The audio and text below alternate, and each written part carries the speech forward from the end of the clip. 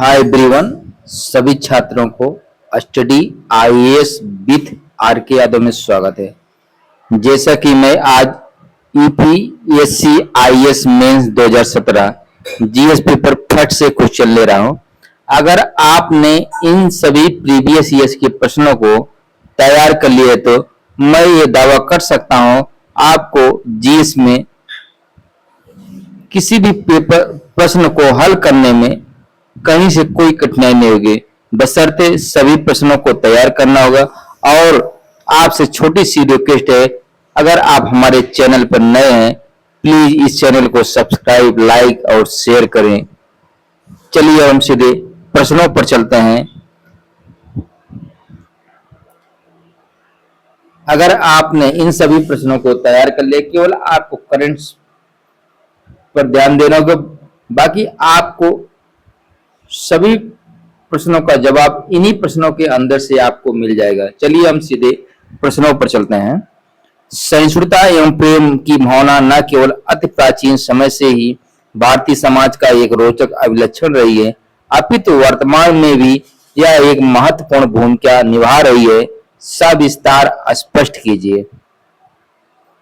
ठीक, सबसे पहले हम प्रश्न के अकॉर्डिंग भूमिका ले। प्रश्न को देखो, तीन भागों में लिखेंगे। सबसे पहले हम प्रश्न के अकॉर्डिंग भूमिका लिखेंगे, उसके बाद मुख्य भाग मेन बॉडी पार्ट, अंत में हम कंक्लूजन निष्कर्ष पर चलेंगे। सबसे पहले हम भूमिका लिखेंगे। भारत विविध धर्मों, भाषाओं, संस्कृतियों और परंपराओं का देश है। वसुधैव कुटुंबकम तथा सर्वे भवन्तु सुखिनः जैसे विचार भारतीय समाज में सहिष्णुता और प्रेम की भावना के प्राचीन आधार रहे। अब हम थोड़ा डायग्राम देख लेंगे। डायग्राम थोड़ा बना देंगे तो थोड़ा और आकर्षण हमारा उत्तर लगेगा।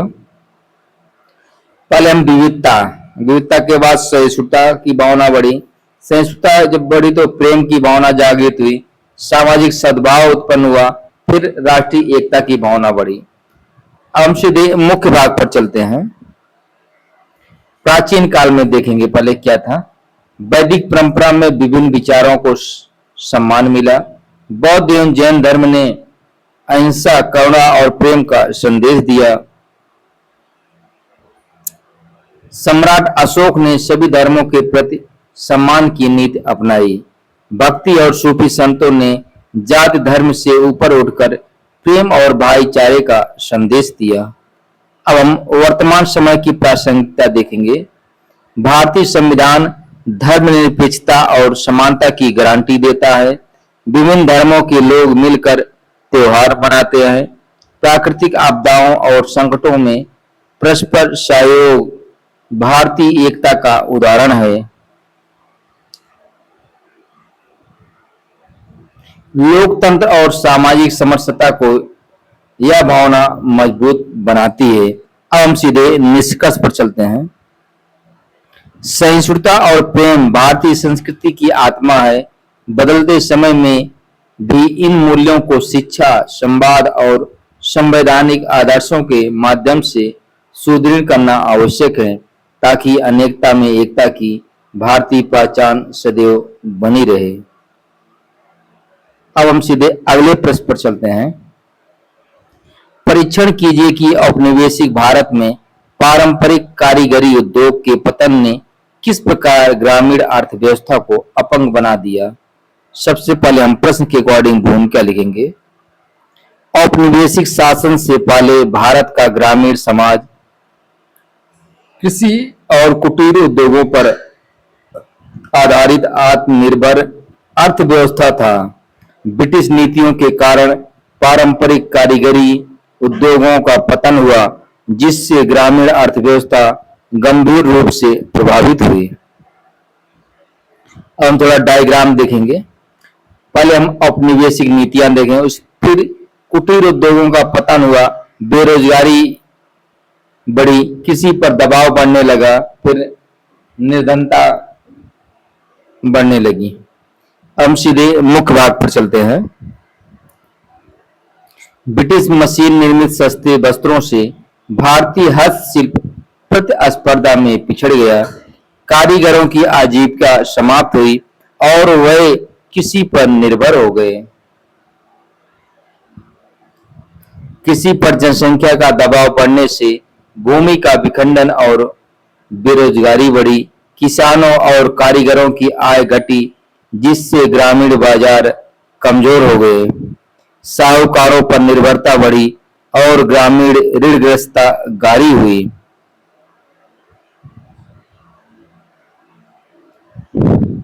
कृषि और कुटीर उद्योगों का पारस्परिक संबंध टूटने से आत्मनिर्भर ग्राम व्यवस्था समाप्त होने लगी। अकाल और आर्थिक संकट का प्रभाव अधिक गंभीर हो गया। अब हम सीधे निष्कर्ष पर चलते हैं। पारंपरिक कारीगरी उद्योगों का पतन केवल औद्योगिक हानि नहीं था, बल्कि इसने ग्रामीण अर्थव्यवस्था की आत्मनिर्भरता, रोजगार और सामाजिक संतुलन को भी कमजोर कर दिया। यही कारण था कि स्वतंत्रता के बाद कुटीर एवं लघु उद्योगों के पुनर्जीवन पर विशेष बल दिया गया। अब हम अगले प्रश्न पर चलते हैं। पिछली शताब्दी के तीसरे दशक से भारतीय स्वतंत्रता की स्वप्न दृष्टि के साथ संबद्ध हो गए नए उद्देश्यों के महत्व को उजागर कीजिए। सबसे पहले हम प्रश्न के अकॉर्डिंग भूमिका को लिखेंगे। 1920 के दशक के अंत और 1930 के दशक से भारतीय स्वतंत्रता आंदोलन केवल ब्रिटिश शासन से मुक्ति तक सीमित नहीं रहा, इसके साथ सामाजिक, आर्थिक और राजनीतिक परिवर्तन के नए उद्देश्य भी जुड़ गए, जिन्होंने स्वतंत्र भारत की दिशा तय की। अब हम सीधे मुख्य भाग पर चलते हैं।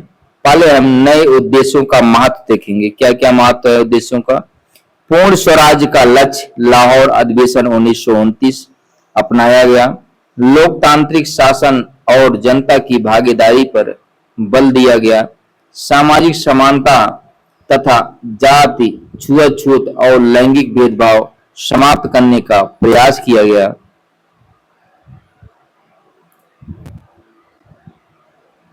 किसान और मजदूर हितों की रक्षा तथा शोषण के विरुद्ध आवाज उठी। आर्थिक आत्मनिर्भरता, स्वदेशी उद्योग और नियोजित विकास की अवधारणा बढ़ी। मौलिक अधिकारों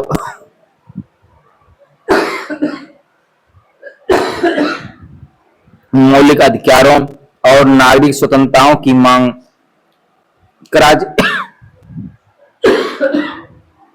कराची प्रस्ताव 1931 धर्मनिरपेक्षता और राष्ट्रीय एकता को स्वतंत्र भारत का आधार बनाया गया। अब हम सीधे निष्कर्ष पर चलते हैं। इस प्रकार 1930 के दशक से स्वतंत्रता आंदोलन केवल राजनीतिक आजादी का संघर्ष नहीं रहा, बल्कि एक लोकतांत्रिक, समतामूलक, धर्मनिरपेक्ष और कल्याणकारी भारत के निर्माण का व्यापक राष्ट्रीय आंदोलन बन गया। यही उद्देश्य आगे चलकर भारतीय संविधान की मूल भावना का आधार बने। अब हम सीधे अगले प्रश्न पर चलते हैं। महासागरीय लवणता में विभिन्नताओं के कारण बताइए तथा इसके बहुआयामी प्रभावों की विवेचना कीजिए। सबसे पहले हम प्रश्न के अकॉर्डिंग भूमिका लिखेंगे। महासागरीय लवणता से तात्पर्य समुद्री जल में घुले लवणों की मात्रा से है। इसकी औसत मात्रा लगभग 35% प्रति हजार होती है, किंतु विभिन्न क्षेत्रों में यह समान नहीं रहती। अब हम सीधे मुख्य भाग पर चलते हैं। लवणता में भिन्नताओं के कारण देखेंगे। अधिक वाष्पीकरण से लवणता बढ़ती है। अधिक वर्षा एवं नदी जल मिलने से लवणता घटती है। हिमनदों के पिघलने से लवणता कम होती है। समुद्री धाराएं तथा बंद खुले समुद्रों की स्थिति भी प्रभाव डालती है। अब हम इसके बहुआयामी प्रभाव देखेंगे। पहला है जलवायु पर प्रभाव। समुद्री धाराओं एवं ऊष्मा वितरण को प्रभावित करती है। अगला पॉइंट है महासागरीय परिसंचरण। घनत्व में परिवर्तन से थर्मोहेलाइन परिसंचरण नियंत्रित होता है। अगला पॉइंट है जैव विविधता। समुद्री जीवों के वितरण एवं मत्स्य उत्पादन पर प्रभाव पड़ता है। अगला पॉइंट है अर्थव्यवस्था। मत्स्य पालन, समुद्री परिवहन तथा लवण उत्पादन प्रभावित होते हैं। अब हम अगला पॉइंट देखते हैं, पर्यावरण।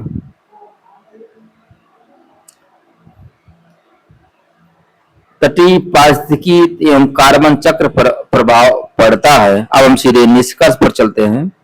महासागरीय लवणता पृथ्वी की जलवायु, समुद्री पारिस्थितिकी तथा अर्थव्यवस्था का महत्वपूर्ण आधार है। सतत समुद्री प्रबंधन और जलवायु परिवर्तन के प्रभावों को कम करना इसके संतुलन को बनाए रखने के लिए आवश्यक है। अब हम सीधे अगले प्रश्न पर चलते हैं।